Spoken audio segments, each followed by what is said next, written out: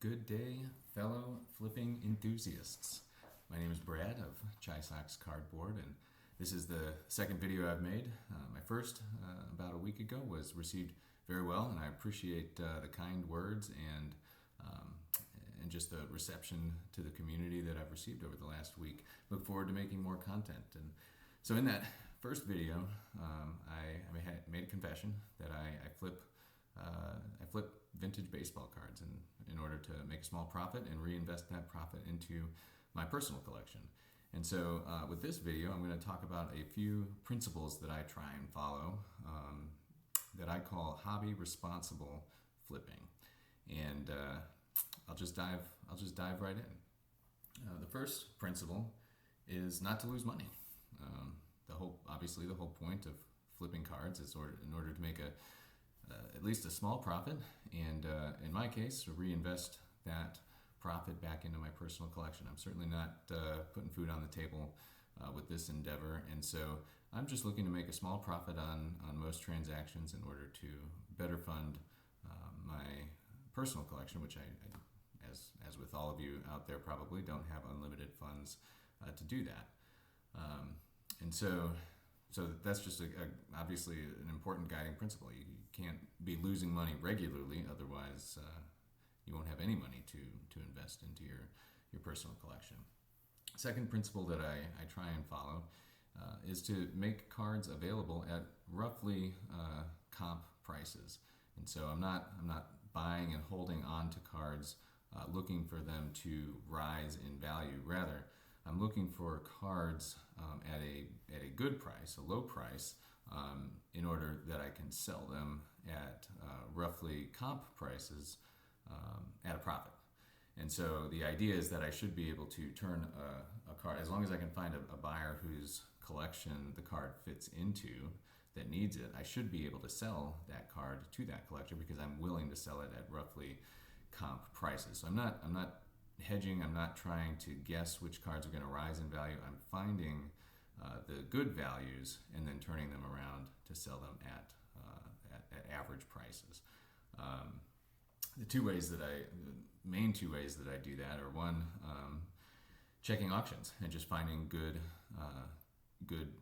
bidding prices at auction. And so certainly some of the major sellers on eBay are good fodder for that, and then you've got smaller sellers that put them up, and sometimes those smaller sellers don't get as good prices, but that's because they're not they don't have the same brand recognition. They're not in all the saved searches, and you can find some good deals there as well. And then another way that I look for good buys that I can turn around and sell at comps are just to get them from fellow collectors. So on forums like Blowout or forums like Net54, I'm looking for opportunities to pick up cards from fellow collectors. But that brings me to my third principle, which is if I'm going to buy from a fellow collector, as opposed to through eBay, through a third party where everybody's kind of anonymous, I want to make sure that the collector on the other end of that transaction knows what I'm doing, that I'm upfront about the fact that I'm looking to purchase this card, or sometimes more often a fair amount of cards, in order to resell them at a profit. And I think that's only fair to the fellow collector. I have to admit I haven't been perfect in this regard, and I'll talk about that in a minute. But I do think that it is a hobby responsible thing to do, to make sure that if you're taking cards from another collector, if you're purchasing them at below comp prices, that they understand why you're doing that, and they kind of agree to it. They understand maybe that you're doing that because there's nobody else out there right now willing to pay comp prices that they can find, or you're willing to do it because you're willing to put in the work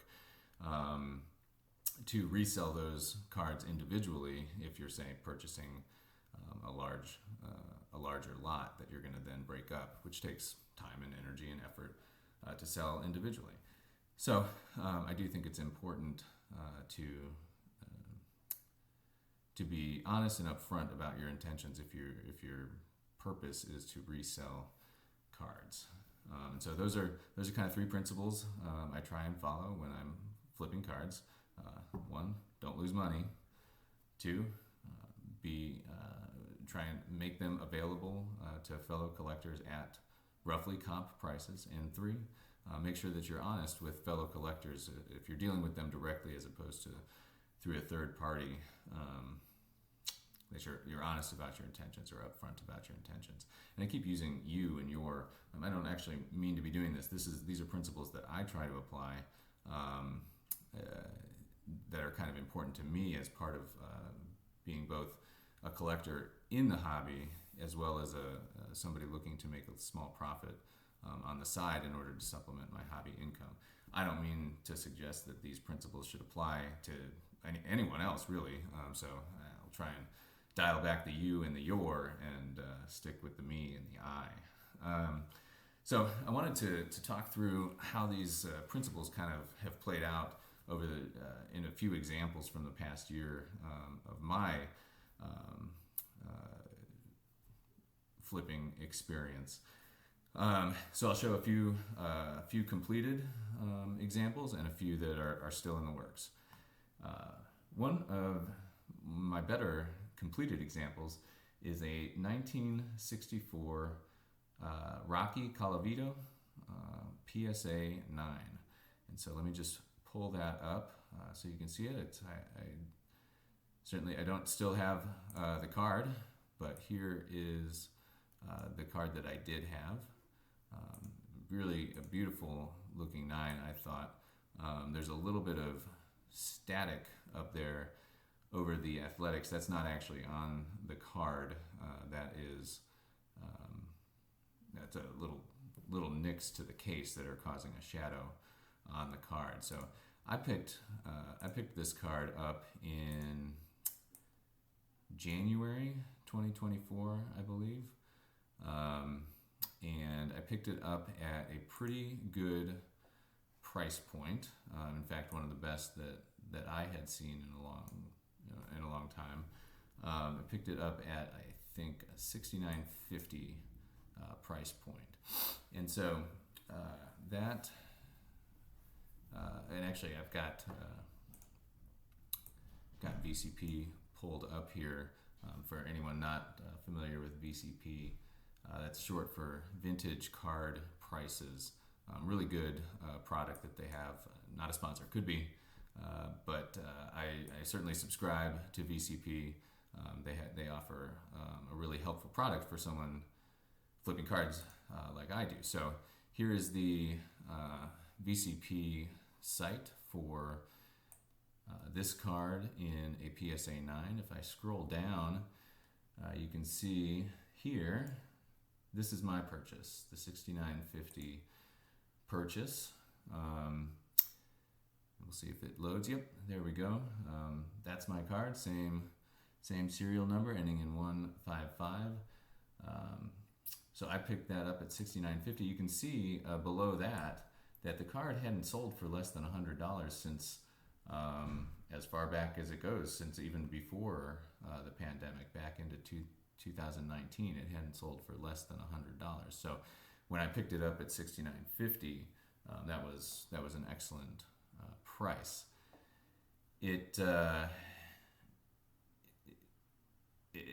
I happen to remember that this card was up for auction on eBay, and it was ending at like 4 p.m. on a Tuesday or something, kind of an unusual time for the card to end. And so I ended up putting in a flyer of a bid and got it at this excellent price. And so I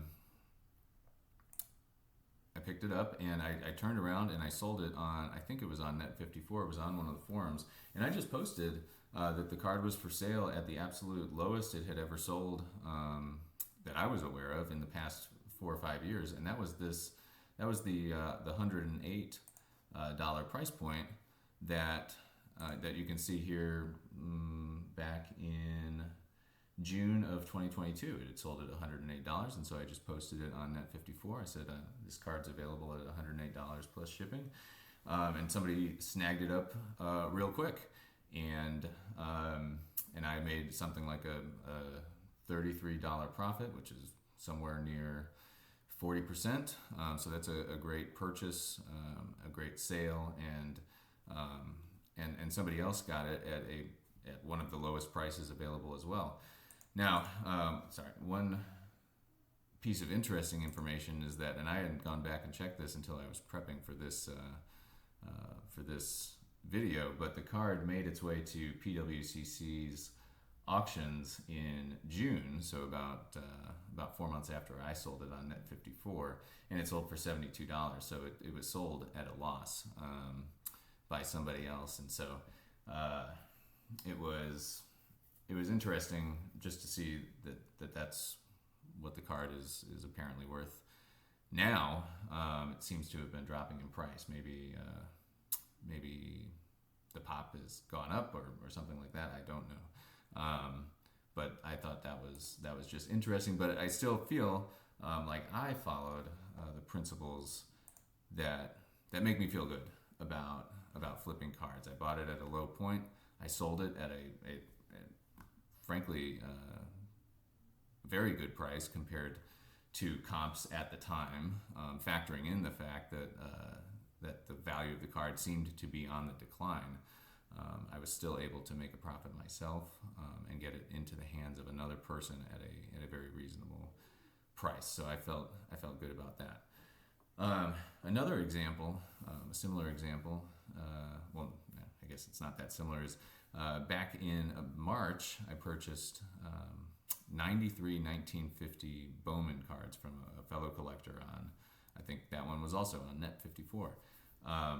And I was looking back at our correspondence, and this was what I was talking about, that I haven't always been perfect about letting people know that my plan is to flip these cards. But these 93 1950 Bowmans were up for sale at something, the initial offer I think was around $250. It had come down to $210, and I messaged the individual and said, if you'll sell them for $2 even per card, I'll take them. So 93 cards at $186, and I wasn't pushing. I wasn't trying to convince the individual that that's all that they were worth. I just made that offer and said, if you're not able to sell them at more than $186 total, I will take them at $186. But what I didn't do, looking back at the correspondence, was let him know that my plan was to flip those cards, and so that was one of the things that I guess has informed that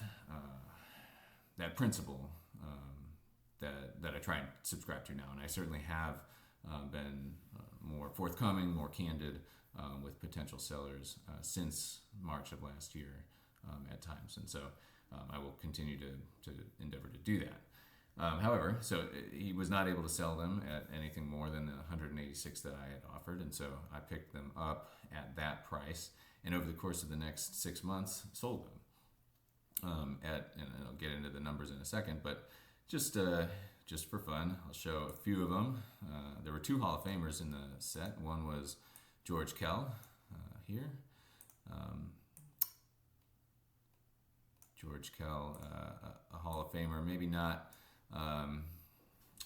the most well-known Hall of Famer, but highly regarded, I suppose. And this card actually was it was sold for the most of any card of the 93 that I purchased, more than the Enos Slaughter, which sold for only, I think it was less than $10, whereas the Kell had gone for about $20. So I had posted both of these on eBay at 99-cent starting auctions. I just wanted to see what they would go for. And so between the two of them, I think they sold for about $30, so maybe a net $25 to me. And I factored that into the cost basis of the other cards. The other 91 then I put up at a buy it now. I think I started at like $5 per card, and you know, over the course of the next few months dialed that back to less and less until I had sold them all. And eventually I didn't sell them individually. I think I had about 30 or 35 left, and I sold them in a lot on eBay, just to get a sense of what these other cards look like. And they were not in great shape. There's Dom DiMaggio, creases throughout. Ralph Branca, plenty of wear on tape that we're seeing on those corners. And then another just example is Don Newcomb, and these were on top of the Hall of Famers of Kell and Slaughter. These were some of the more desirable cards that I had available. The rest were names that would probably be even less recognizable. Ultimately, I was able to sell all 93 at a price or at a total net of something like $214. So I made, or no, $204. So I made like $18 on these 93 cards, and so approximately a 10% profit. That was a lot of work. That was a lot of work to make $18. I enjoyed owning the cards. I haven't owned a lot of 1950 Bowman, so I was able to learn more about those cards, see some of the Hall of Famers in that set, and ultimately turn it around at a small profit. But I told myself after doing that large lots of low grade raw vintage was maybe more time and effort than it was going to be worth. So I told myself maybe that's not the best way to go. However, I just bought another similar lot off of a seller on Blowout forums at it was 125 cards at 50 cents a card. They're more into the late 50s, early 60s, and they're also low grade, and it's going to take me a lot of time and energy and effort to sell those at a profit. So I'm not taking my own advice in terms of large lots of low grade raw vintage, but it is a way to get to know more cards and own more cards and enjoy more cards and get to know more collectors in the hobby by selling those cards to those collectors. So over time, I will put in the time and the energy and the effort to sell those. Now, lastly, I wanted to spend a little bit of time looking at a couple cards that I have available now that I have not been able to flip just yet. And one of them I think I didn't do so hot on. I think I've just been struggling to sell it. And the other I'm hoping to have more success with. And so the first one that I've got here is a 1970 Willie Mays PSA 6. And so, let me just make this a little bigger over here. 1970 Willie Mays PSA 6. Picked this up at a decent price point, but I picked it up in, I think it was June. Let me just double check here. No, it wasn't. It was September. I picked it up in September 2024, and I'm thinking that maybe his cards were coming down at that time because he had passed away in June or July. He passed away over the summer, and I think there was a little bit of a spike in the price of his cards, and I think that they came down. And so the comps on this card have come down to a point where it's difficult for me to sell it at comp as well as make a profit. So the other mistake that I think I made was I maybe didn't do enough research about that print line at the top of the card. I did enough research to learn that it's a common print line on this card, but I did not maybe fully factor in how the print line impacted the price of the card.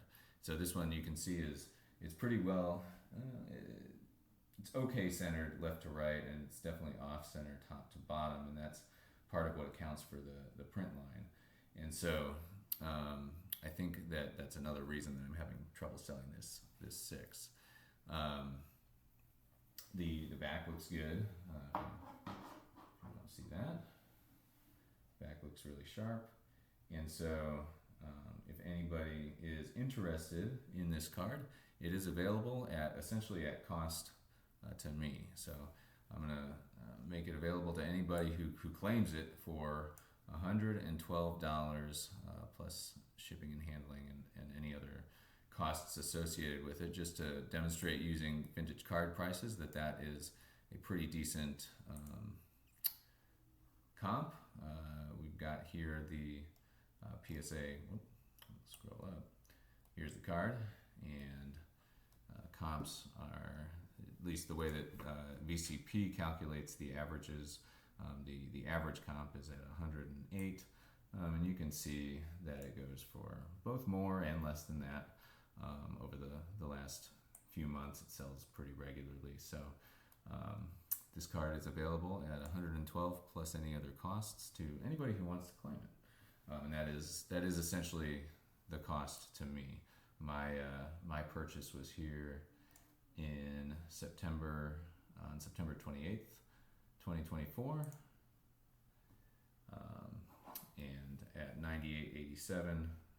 If you add the shipping and handling and tax costs, you can see that that my cost would come out to about 112, which is what I'm offering it for here. So essentially, having this not being one of the better purchases that I've made in an effort to flip, I'm making it available at cost.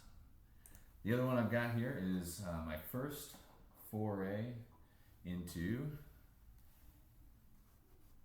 let's get the right thing on, my first foray into mantle. I haven't done a whole lot of mantle, but I was able to pick this one up at a decent price, and I think it looks pretty good for a 1.5 grade. There's no creasing on the card. If you get it in just the right light, you can see that there is a wrinkle there extending from the right side of the card over under the brim of his cap. So there is a wrinkle, but it's pretty decently centered for a 1.5, and the surface is clean. The picture is crisp. The back is, you can start to see a little bit of discoloration on the back, but it is also clean. So a fairly good looking 1.5, I think. I got it at a decent price, and I am making it available at just slightly below your average comp, at least according to VCP. If anybody is interested in this card at $220 plus any associated costs, I will sell it to you at that price. So you can see here, at least according again to VCP, the card in a 1.5 averages $222, the way that they calculate it. I could get into how it's calculated, but averages $222. Here's my purchase on November 25th, 2024 at $179.50. You can see that most of the time it's going for over 200, sometimes well over 200. And yeah, so if anybody's interested in this card at $220 plus cost, I would be happy to make it available, to sell it to you at that price. So that's all that I had planned for today. I won't always be looking to hawk cards on here, but I just wanted to apply some of the principles that I've been using as I journey into this world of buying and flipping cards in order to fund my own personal collection. I'd like to think that I'm doing it in a way that gets cards into collections where they're supposed to be, and doing it at a fair and reasonable cost to those collectors. Yeah, so tell me what you think about those principles. Tell me what you think about these cards. Look forward to your thoughts, and again, thank you for your warm welcome to the community. If anybody, this has totally bored you and you're just not interested in hearing me prattle on about flipping cards, I will be spending some time just talking about cards, not dollars and cents, when I cover the 1965 Topps set that I'm working to collect. I plan to start that content with my next video, maybe within the next few days or at the very beginning of 2025. So thank you all for watching. I appreciate the minutes that you spend watching my content. I certainly appreciate it. And with that, collect what you love, flip what you like. Thanks all.